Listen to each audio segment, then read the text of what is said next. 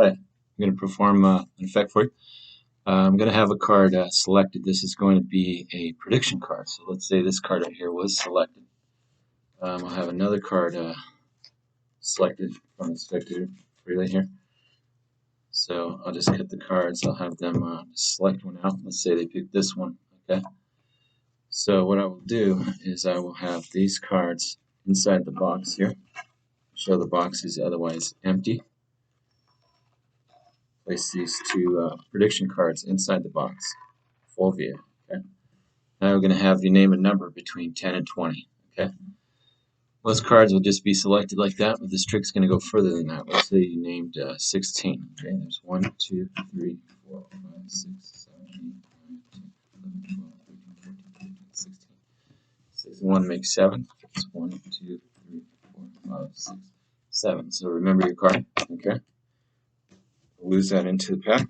Now, this trick is going to go further than that, than just finding your card. So watch. What I'm going to do is I'm going to try and find your card. Okay. First, I'm going to listen to the deck. The deck's going to tell me that you picked a diamond. Okay, so I know it's a diamond. Now it tells me to look inside the box. And I look over here in the box, and over here on the box, I have 2 cards.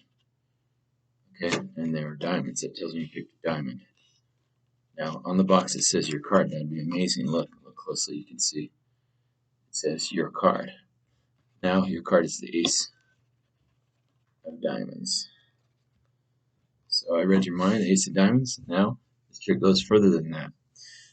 We're going to spell A-C-E, and we spell diamond, D-I-A-M-O-N-D, diamond. Right here, we should get your card on the diamond, right? Sure enough, there it is. Most tricks would stop there, but this trick goes further than that. Because, as you can see where I spelled ace, we have 1, 2, 3, 4 aces. Where I have the diamonds, we have all diamonds. So we have 2, 3, 4, 5. And then the card you selected makes up the difference there, my prediction.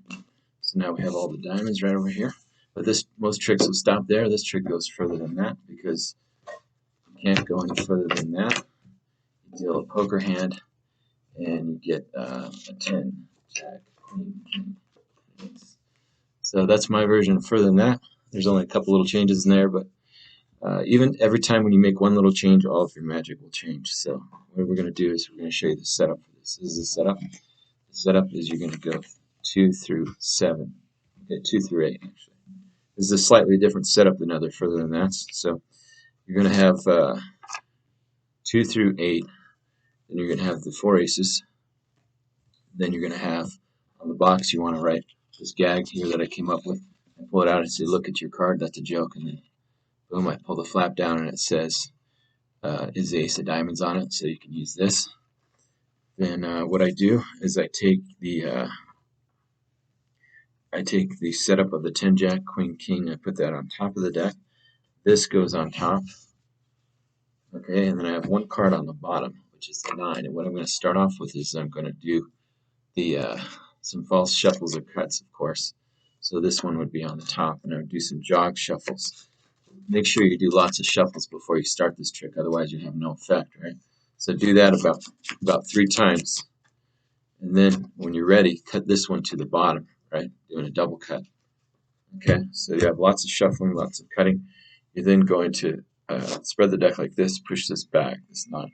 You're going to have a prediction selected. So you have use a couple different people in the audience. You're going to do the Hofzinser force like that. Okay, that's the Hofzinser force. And that will get you the first one, which you'll put in the box. You just show the box otherwise empty. You just push in the flap. Okay, because you don't want them to see the flap. And then put the first one in here.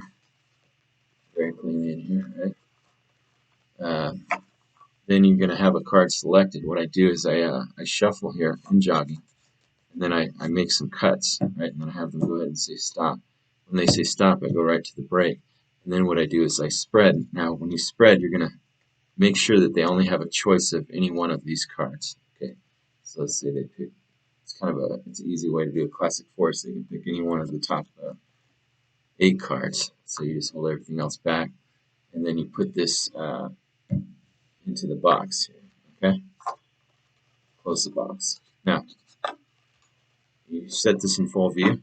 What you're going to do is you're going to say, most magicians would just have you select a card, but this trick's going to go further than that. What you're going to do is a 10-20 force.